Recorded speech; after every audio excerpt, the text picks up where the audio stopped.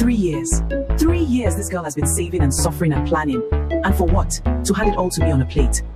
God is good. Mommy! Mommy, is it there? Did you get it? Let me see, let me see! Come and collect your future, my daughter. Your ticket is ready. She is going to wake up and go mad, oh. What are we going to tell her? Tell her? We are not going to tell her anything. By the time she wakes up, you will be at the airport. And I will be in the parlour drinking my tea. Mommy, wait for me, Mommy! She worked for 3 years to build that visa. They took it in 30 seconds. But what they did not know was that what God has planned for a person cannot be stolen. It can only be delayed.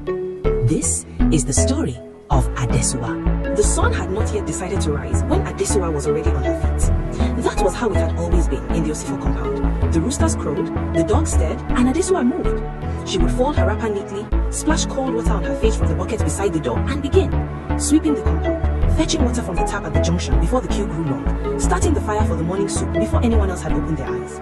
She did all of this quietly. That was the thing people noticed most about Adesua. Not just what she did, but how she did it, without noise, without waiting for praise. Her mother had died when she was 9, a brief illness that came in the rainy season and did not leave. Her father, Chief Osifo, loved his children but was terrified of conflict. So when he married Mama Ife 2 years later, a widow from Uromi with a daughter of her own, he told himself he was giving Adesua a mother. What he gave her, without knowing it, was a lesson in survival. Mama Ife was not the kind of woman who beats children. She was smarter than that. She used words, carefully chosen, quietly delivered, always deniable. One morning, Adesua had just finished mopping the parlour floor when Mama Ife walked in, looked at the tiles and sighed. Adesua, you left the corners again. I will go over them again, ma. Your mates are learning meaningful skills. Building something, not sweeping like a house girl. Yes, ma. I don't know what kind of future a girl like you expects. I am just saying. She never stayed to hear a response. That was her method. Drop the stone, walk before the whip. In fact, Mama Ife's daughter was a different kind of person entirely. Pretty in the way that made people forgive her for things. Loud, warm, always laughing in a way that filled whatever room she entered. She borrowed things and forgot to return them. She had started hairdressing twice and quit both times. She had a boyfriend in Sapele who sent her recharge cards, and she spent the money before it cooled in her hand. She and Adesua shared a room. At night, Efe would talk about abroad, about London, about how Nigeria was not made for serious people. One night, she lay on her back, fanning herself with an old magazine, staring at the ceiling like it had offended her. Adesua, I need to leave this country. Honestly. You are not hearing me. London, Canada, Dubai, anywhere that is not here. And you have nothing to say? Work toward it. Work toward it, that is all you know. Work, work, work, as if life is only about working. I heard you. You and your serious face. What else do you want me to say, Efe? Forget it. She turned over. Adesua closed her notebook, turned off her reading torch and lay down. In her own mind, she was already building her plan. Quietly, the way she did everything. Adesua had been trading since she was 16. Tomatoes and pepper first, then fabric from Oba Market, selling by the yard to women in the compound and nearby streets. She kept her money in a brown envelope tucked inside an old Bible her mother had left her. Not because she was hiding it, but because that envelope was the only place in that house where something of hers stayed safe. She had done a computer training program, a bookkeeping course. She told no one, she just did them. Before sunrise, between markets, after the cooking was done. The community noticed. That was the part Mama Efe could not control. One afternoon, Mama Tunde stopped her at the tap. Adesua, how is market? Fine, ma. Small, but fine. I was telling my husband just yesterday that Adesua carries herself well, respectful, hardworking. Your mother trained you before God took her. Thank you, ma. God sees you, my daughter. Just keep going. These things always got back to Mama Efe, and every compliment the compound gave Adesua landed in her ears like a quiet insult, because the child everyone was praising was not hers. That evening, Chief Osifo mentioned at dinner that Chief Edosonwa had spoken well of Adesua at the elders' meeting. He said it's the way men say good news, casually, without understanding what it costs the women listening. He said she has good character, that people talk well of her. Silence settled over the table. Mama Efe smiled, the practice smile she kept for public moments. Yes, Adesua tries. Just that, Adesua tries. Not we are proud, not she's doing well, just enough to seem agreeable and not one word more. Adesua ate quietly and said nothing. Chief Osifo saw that his house was clean, food was on the table, and told himself things were in order. He did not see the way Mama Efe spoke when he left the room. He did not see how Adesua's food portion had quietly shrunk over the years. A father who avoids conflict does not keep peace, he only delays war. On the evening that would later divide her life into before and after, Adesua sat outside, on a low stool sewing a blouse by the last light of the day.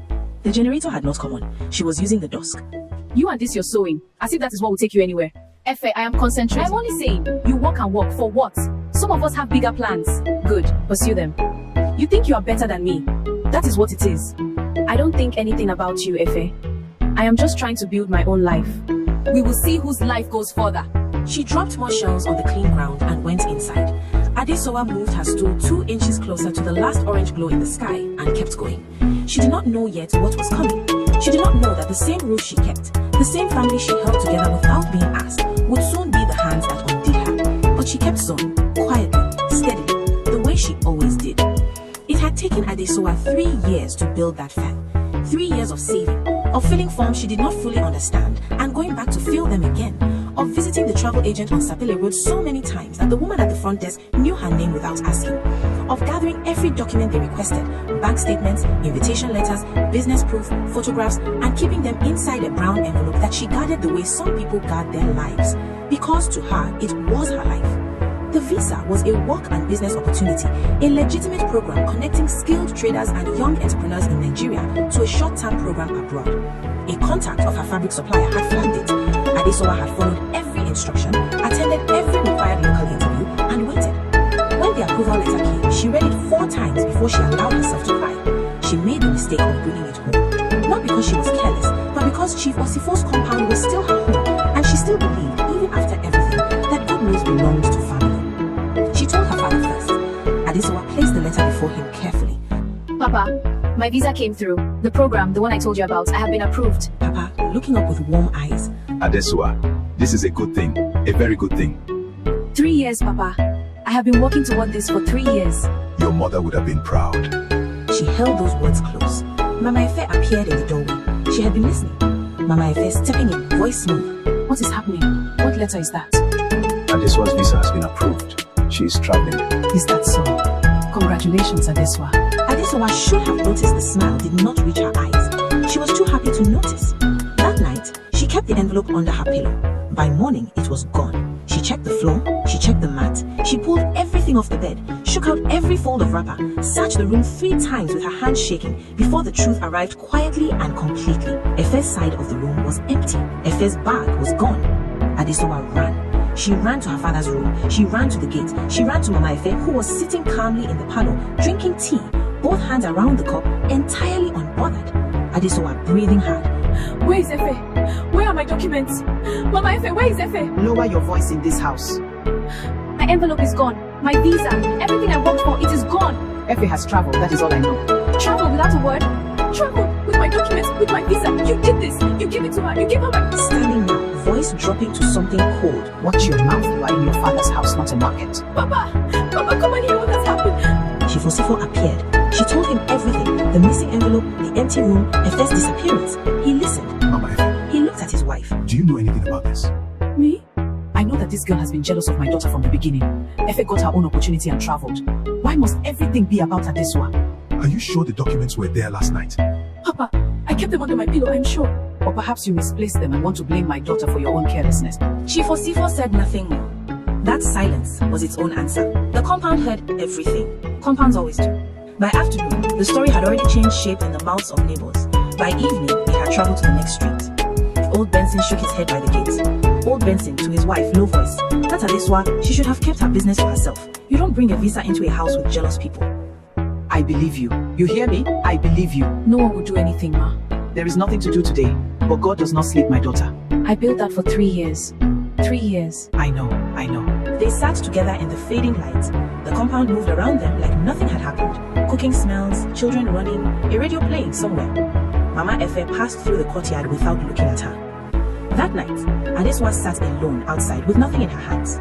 No sewing, no notebook, no plan. Just the quiet, enormous weight of a future that had been stolen in the dark. She could have screamed, she could have broken something, she could have gone to the police, to the elders, to anyone who would listen. But she already knew how that would end. She had seen how the compound looked at her today, with pity that quickly became distance. No one wanted to be near a girl the universe seemed to be punishing. So she sat, and she made herself one quiet promise. This will not be the end of my story. She did not say it loudly, she did not say it to anyone. She said it to herself in the dark, the way people make the promises that actually hold. Then she went inside, lay down on her mat, and stared at the ceiling until sleep finally took her.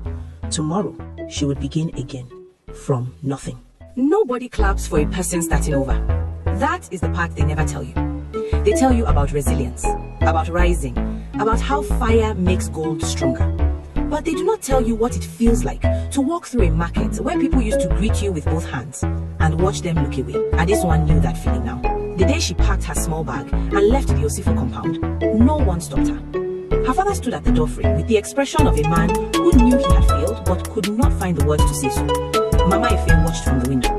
Adesua did not look back. She moved into a single room in a face me, I face you off Ubowo Road.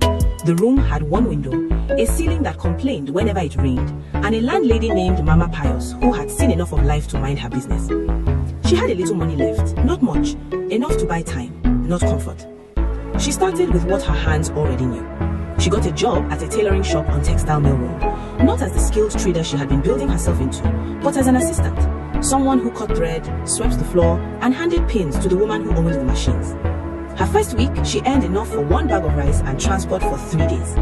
The second week, the shop owner, a stocky woman named Mama Roland, watched her work and moved her from the floor to the table. Mama Roland, not looking up from her machine. You have done this before. Small, ma. I used to sew at home. Small is not what I see. Sit down, show me what you can do with this fabric. Mama Roland watched, without speaking. When it was done, she held the work up to the light and turned it slowly. Who taught you? I taught myself, watching, practicing. You have good hands. I will teach you the rest. That was the first door. The mockery came from people she had not expected. Not strangers, neighbors. People from the old compound. Women who had praised her at the water tap, who had called her a sharp girl, who had said, God sees you. Those same mouths now carried different words. She heard them at the market one afternoon. She did not mean to. She was pricing thread when 2 women from the compound passed behind her, voices low but not low enough. You see that Adesua, the one standing there, she used to form big girl visa abroad business. Now look, she is buying thread. If you cannot hold your own things, life will teach you. She should have been more careful. I heard she accused Mama Efe's daughter. Imagine, jealousy will not let some people rest. Adesua kept her eyes on the thread. She asked the price, she paid, she left. She walked the long way home so no one would see her face until she had arranged it back into something steady. Meanwhile, abroad, Efe was discovering something no one had warned her about. Opportunity without preparation is a heavy thing to carry. She had landed with Adesua's documents, Adesua's name on the program, and none of Adesua's discipline. The structure of the program, the schedules, the accountability, the early mornings and required outputs felt to Efe like a punishment. She began skipping sessions. She found people who made skipping feel like freedom. The money she was given for upkeep went in directions that had nothing to do with upkeep. Within 4 months, she had been quietly removed from the program. She did not call home to say so. She told her mother everything was fine. She found a room with 3 other Nigerian girls and began to survive in the way people survive when they have burnt the structure meant to hold them, one difficult day at a time with nothing growing underneath. But that story was abroad. Adesua did not know it. She had no time to wonder. She was too busy building. Mama Roland taught her pattern drafting. She learned to read body measurements the way some people read faces, quickly, accurately, with confidence. She learned which fabrics moved and which fabrics fought you. She learned how to make something from almost nothing and make it look intentional. After 8 months, Mama Roland called her in one morning before the shop opened. I have a customer, a big one. She needs an outfit for her daughter's introduction. 12 pieces, all the women in the family. She asked me, I want to give it to you. I will supervise, but you will lead it. Can you do it? Yes, ma, I can do it. Good. Don't let your hands lie to me. Her hands did not lie. The 12 pieces were delivered on time, fitted perfectly, and the customer photographed every single one. She posted them, she tagged the shop, she told her friends. By the end of that week, 3 new customers had walked through Mama Roland's door asking for the girl who sold the introduction outfits. They were not asking for Mama Roland, they were asking for Adesua. She did not celebrate loudly. She went home to her small room off Ubowo Road, sat on the edge of her bed and allowed herself one quiet moment of something that felt like proof. This is working. Then she picked up her notebook and planned the next day. Outside, the city moved and hummed and forgot about her, the way cities forget about everyone who is not yet loud enough to demand remembering. She was not loud yet, but she was coming. 5 years is a long time. Long enough for a city to forget what it said about you. Long enough for the women who whispered at the market to need something from you. Long enough for a name that was once spoken with pity to be spoken with a different kind of weight entirely. Adesua's shop was on Reservation Road now. A real shop, not a table, not a corner of someone else's space. Her name was on the sign outside in plain black letters. Adesua Osifo Kucho. She had 3 girls working under her. She had a waiting list. She had suppliers who called her instead of the other way around. She had built it the same way she built everything. Quietly, completely, without asking anyone's permission. Mama Roland had come to the opening of the shop. She sat in the front row of plastic chairs, ate the small chops, and watched the whole afternoon with the calm expression of someone who had known this was coming long before anyone else did. You remember what I told you that first day? Don't let your hands lie to me. Your hands never lied, not once. I am proud of you, my daughter. You gave me the first dough, Ma. I will never forget that. Go and receive your guests. This day belongs to you. It did. For the first time in a long time, something belonged fully to her. Efe came back on a Tuesday. No announcement, no phone call ahead. Just a taxi that stopped at the old Osifo compound. A single bag and a face that had aged in ways that had nothing to do with years. The abroad had not been kind. When the program ended and the structure collapsed, Efe spent 2 more years trying to hold herself together in a country that had no particular interest in helping her do so. She worked small jobs, she moved rooms 3 times, she borrowed money she could not repay. She carried the quiet shame of someone living a life that was never meant to be hers, wearing it every day until it became too heavy to pretend otherwise. She came home empty, and she came home knowing it. Mama Efe had aged too. The compound looked smaller somehow. Old Benson was gone.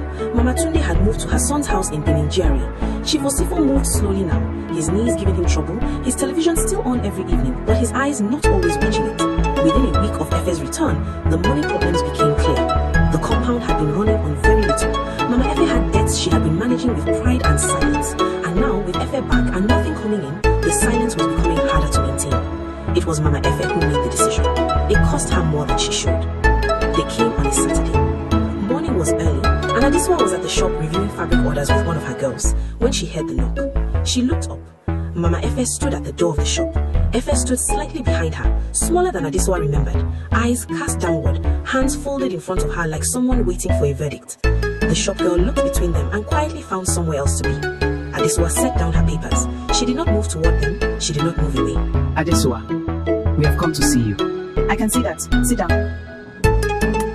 Adiswa remained standing, not to dominate, but because her hands needed something to do, and the fabric orders were still on the table. Mama Efe looked around the shop slowly. The sign, the fabrics, the 3 workstations, the framed receipt of the first order Adiswa had ever completed alone. Mama Rolande had suggested she frame it, and she had. Something moved across Mama Efe's face. It was not quite guilt. It was the expression of a woman doing arithmetic she did not like the answer to. You have done well for yourself. Thank you. We are not in a good position at the moment. Things have been hard. Efe is back and we need some help. Financially. Just to get back on our feet. The shop was quiet. Outside, Reservation Road moved. Okadas, music from a nearby store, a woman calling out fabric prices, life continuing as it always did. Adeswa looked at Mama Efe, then at Efe, who had not raised her eyes once since sitting down.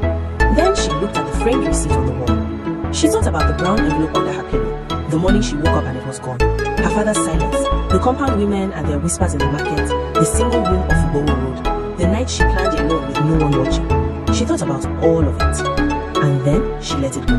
Not for them, for herself. Because she had learned in 5 hard years that bitterness is the only prison you build and then also agree to live in. She pulled a chair and sat across from them. Her voice, when it came, was calm and clear.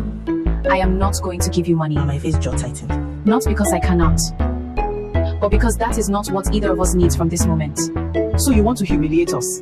After I did everything. not invite you here, Ma. You came, and I am speaking to you with more respect than this moment requires. Please hear me. What was done to me was wrong. You know it, I know it, the compound knows it. That is not why I built this place. But I will not write a check over it either. As if money could fold it up and put it away. Efe, barely a whisper, still not looking up. Adeswa, I am sorry. The shop held that sentence for a long moment. Adeswa looked at her stepsister fully for the first time since they sat down. I know you are, Efe. Efe, eyes finally rising, red-rimmed. It wasn't supposed to. It doesn't matter now. What's done is done. And you have already lived the consequence of it. I don't need to add to that. She stood, smoothed her fabric, walked to the door and held it open. Not in anger, but with the quiet, unmistakable energy of a woman who knew exactly where her boundaries were and had paid for every one of them. I hope things get better for your family. Genuinely. But I cannot be the one to fix it. That chapter is closed. So that is it. That is it. Mama Efe walked out first. Efe followed. At the door, Efe stopped and turned. One last look at Adesua, at the shop, at the name on the sign outside. She stood alone in her shop for a moment. No anger, no tears, no relief even. Just the deep, settled stillness of a woman who had walked through fire and come out the other side knowing exactly who she was. She went back to her fabric orders. She picked up her pen. She kept working. The way she always had, the way she always would. The end. If you followed this story to the very end, I truly appreciate you. Please take a moment to subscribe and join our growing family of story lovers. And before you go, there's another beautiful story on your screen right now. Go ahead and watch. I promise